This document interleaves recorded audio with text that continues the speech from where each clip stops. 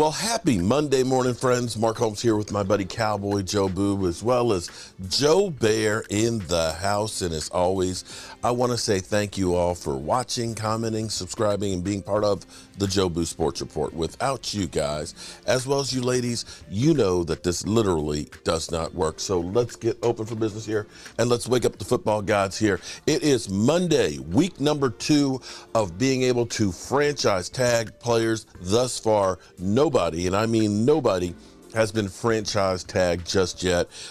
Teams, of course, they've got until next Tuesday at 4 o'clock to put the tag on players, or they will be free agents. So we know that we are looking at trying to do something with Tony Pollard. This week is a pivotal week in the NFL. Pivotal because, one, you do have the franchise tags, and we know teams like Washington are trying to work out a deal for guys like Daron Payne. We know that the Baltimore Ravens are trying to figure out what they're going to do with Lamar Jackson, and probably will have to put a franchise tag on him. The Cowboys are probably trying to work out a deal with Tony Pollard so they don't have to use the tag on him. But beyond even that, we have to understand we have a lot of free agents out there. 19 on our team, as well as some guys that we may look to cut to get cap relief and to move on. And so they need to start determining what guys are going to fit this new system that Mike McCarthy is going to go, because we're going from our good old Cowboys ground and pound type offense to more of a West Coast offense. And that means there's a change for the offensive linemen. There's a change for the running backs. It's a change for the receivers. Some guys that you have that didn't fit real well with the system before, now will have to do things a little differently and may be better suited. For example, Jalen Tolbert is more of a slot guy. Get me the ball in motion as opposed to a stop route or a curl or a comeback. And so those may be things that suit him better. And you start thinking about the running back situation, it needs to be more dynamic, where you're going to be like a Roger Craig, where you're going to be a receiver as well as running back, where Tony Pollard is more important than, say, a ground and pound running back like Zeke Elliott. Fullback is more important in the Mike McCarthy system as well. So we're sitting here trying to figure out who are the guys the Cowboys are going to keep, because we have guys like Leighton Vander Esch that are free agents, restricted free agents like Terrence Steele. Of course, you want to hold on to him, but will he be ready to start the season? And if he's not ready to start the season, are you ready to say, Matt Lewinsky or Josh Ball, we're going to turn over the keys to the kingdom to you until Terrence Steele is ready? Are you going to hold on to some of the old guys like Tyron Smith, who's a $17 million hit, or keep him as an insurance policy and restructure his deal, or see if he'll take a reduction in pay, much like Sean Lee did? And then there's guys like Leighton Vander Esch, who we found out how important he is when he got injured. You're going to bring him back knowing that he's got neck injuries, that one good hit on there, and he could be out for extended time. There's guys like Anthony Barr. He came in, he played okay, but one of the problems I think for the Cowboys is they wait till the end of training camp or during the season to bring in free agents, and they don't have time to get in shape because of today's NFL, where you don't really practice. You don't really practice. And to give you an example, I remember how it used to be the first couple of times I went to training camp many years ago. It didn't matter which days you planned on going, because pretty much you were practicing every day. Now, you have to really look at the schedule, the practice schedule, because they can't practice more than 3 days in a row during training camp. They only have 14 padded practices. And scrimmages can be walkthroughs. So here it is. I go to LA, get there Monday, which was the first padded practice. Unfortunately, my plane landed too late to get there for that practice. Tuesday is the second padded practice, which was a great practice. They were going after it. You were like, yeah, man, they're getting after it. On the schedule was a scrimmage that was supposed to start at 10:30. It actually started at 9:30, and it was a walkthrough. Thursday was off. Friday, I went back home. So going there from Monday through Friday. Oh, Friday was actually a travel day because they were going to play a preseason game. You don't practice much. And they don't get after it like if you were old like me, you remember doing Tennessee drills and going all full out in pads and stuff. They don't do that in the NFL. So if you get a guy who comes in at the end of training camp, there's only like 14 padded practices during the season. And they're not really going on it. They're basically going over what the game plan is. And you just got to be ready to roll. So when you bring in a 40-year-old Jason Peters, who hasn't been to any OTAs or training camp or anything like that, he's not in shape. When you bring in an Anthony Barr coming off of a knee injury, they're recovering from that knee injury and trying to get in shape at the same time.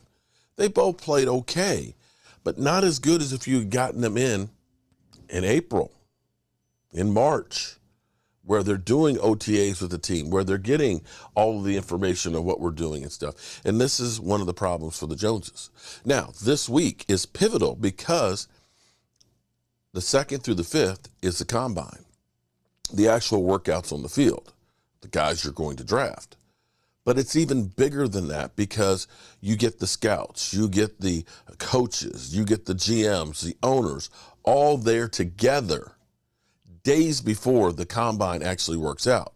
This is that opportunity for teams and GMs to start talking to each other and saying, hey, what do you think about such and such player? Are you interested in making trades?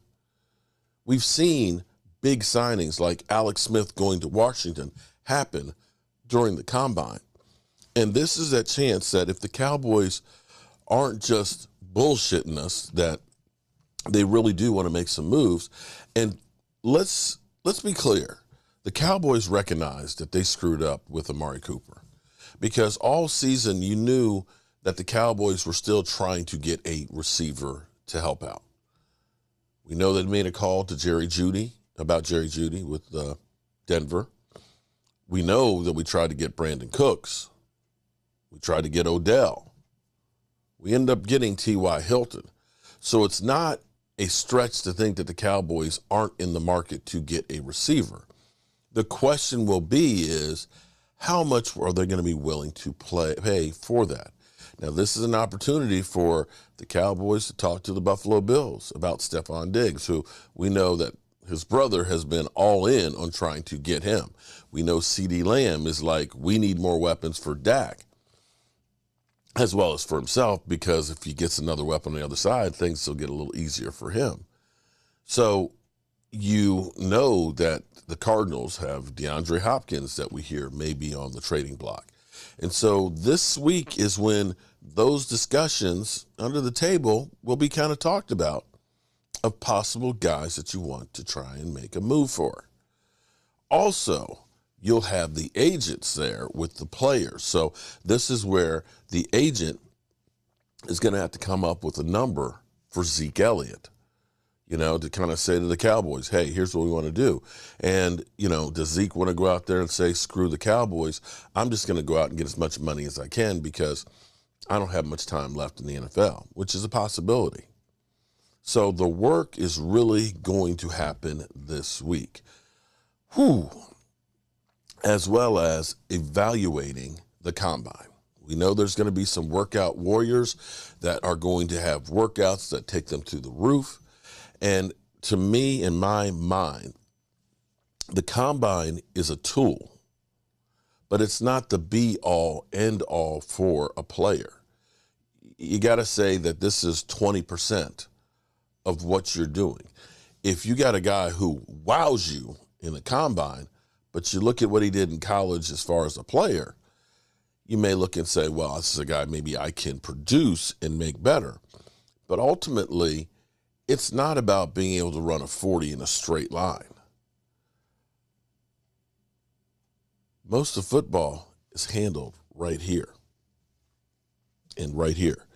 So definitely this week is pivotal And this may give us an indication of what the Cowboys' plans are, because beyond just all of this, they have to decide on which of these players they want to keep. They have to get some more capital, so they're going to have to release some people between now and the 15th of March and or restructure some contracts to get that relief. And if they're looking to sign some of those guys, they need a little bit more. So we'll see where all this goes. Let's also think about the possibility of guys like Jalen Ramsey. And my question is, has Jalen Ramsey's trade value maybe shrunk a little bit? Because teams already know he's going to want a new deal. Also, he's coming off of an injury year where his numbers came back down to earth. Is he still a top 5?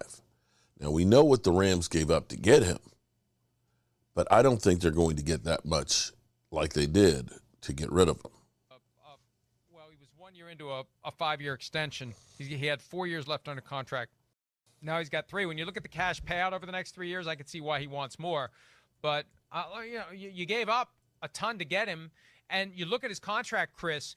It's not unfavorable for the Rams to keep him. Like, why would you want to move on from him if he's still an elite corner? And I know he's had some lapses at times, but he's still an elite corner. Yeah. The cash payouts over the next 3 years are team-friendly. I think the reality is he wants more. They don't want to give it to him. So they're going to trade him before it gets as ugly as it did between him and the Jaguars. Yeah, I mean, that's my theory. I don't disagree with your theory. I mean, it definitely looks like that, at least at face value to a degree. And the fact that I think they're looking at, maybe changing their team over and starting to get a little more, young and developed guys and start to go that route a little bit. So Jalen Ramsey is a guy that you look at to what you just said. He's still a top corner in football. And I'm not going to say he's top 5 anymore in the league, but damn, he's still, not far off that. Let alone, I think he's a guy that, like we've seen some other great secondary players in history too, Charles Woodson. I think he could play, Rod Woodson, him too. I think he could play some safety. He's such a great tackler. We see him do it basically now. He moves all around the football field. So I think there's probably a little bit of, hey, we got to rebuild the team. Hey, he might ask for more money to the point you're making. And then, hey, there's still value for this guy out there. And I think between all those things, I wouldn't be shocked to see Jalen Ramsey get traded here sometime soon either. It's just got to be confusing if you're a Rams fan because, again, F them picks. We made the major investment to get the guy. We have him. Why are we moving on? What are we going to get? Why are we doing this? Where are the Rams right now? And this does feel to me like it is. I don't know. They are paying the bill for the Super Bowl they won. This is just part of the process. Last season was part of it, and this season is going to be part of it, Chris. They are regrouping. Rebuilding, regrouping, reloading, whatever. They won the Super Bowl. They have the trophy, and this is the backside of it, given the way they went about it. It wasn't the culmination of a team they gradually built. They went all in. They made drastic changes. They got what they wanted, and now they're dealing with the aftermath, plain and simple. No, you're right. They are, and it's going to be, I think, a little time here. You're seeing the aftermath. It looks like they're going to maybe change over the roster. We saw major changes to the coaching staff in certain positions. So be interested to see where this goes. And be interested, too, I am a little surprised Jalen Ramsey. I understand the number might not be what he wants, but it's still top of the market, right? That's where I'm like, again, I know we don't know this, but you're right. We heard those rumors before the year where I just go, man, new contract already at the early phases here, and certainly a part of your career where – hey, it's not going uphill anymore. We're not there. We're plateauing or at least going downhill a little bit. Be interesting to see what Jalen Ramsey can command out there and if he does get a new contract with another team. $17 million this year, $18.5 million next year, $19.5 million in 2025. Remember, the cap keeps going up. The top of the market is still kind of languishing around 21. I mean, this just may be a play to stretch that rubber band even farther, to get it to 22, 23, 24. Why not me? Why not now?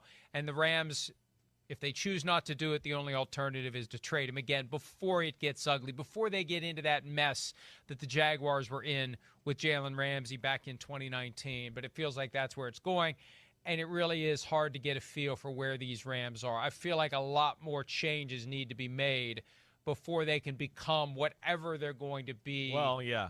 2, 3, 4, 5 years from now, if Sean McVay is even there. The Jordan Rodriguez article from The Athletic from Wednesday or Thursday, I believe. I think it was Thursday. Really delving into the despair that Sean McVay felt last year. I'm surprised he came back after reading how dark things got for him last year. But, Chris, what did they expect? What did they expect? Did they expect to repeat? Did they expect to hold it all together? Because we'd said it all along, when you have all that money tied up in a handful of guys, injuries are going to kill you because it tests every ounce of depth you have to keep it going. And the offensive line fell apart, and that was that for the Rams. Exactly right. There you go. So the question is knowing that we have to pay Diggs, is it worthwhile to try and get Jalen Ramsey, knowing that you're going to have to give up draft capital? And has his number as far as trade value gone down some? I still think it's probably going to take a first to get him. Is the Cowboys' first good enough to go ahead and get him?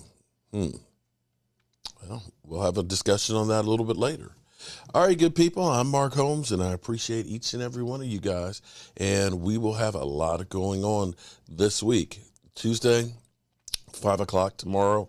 Michael Irvin, will he or will they not come out with the tape by 5 o'clock Central Time? And Thursday is the beginning of the workouts for the defensive line. I'm Mark Holmes, and I'll see you soon. Mark Holmes here, and as always, I want to thank you all for watching, commenting, subscribing, and being part of the Joe Boo Sports Report.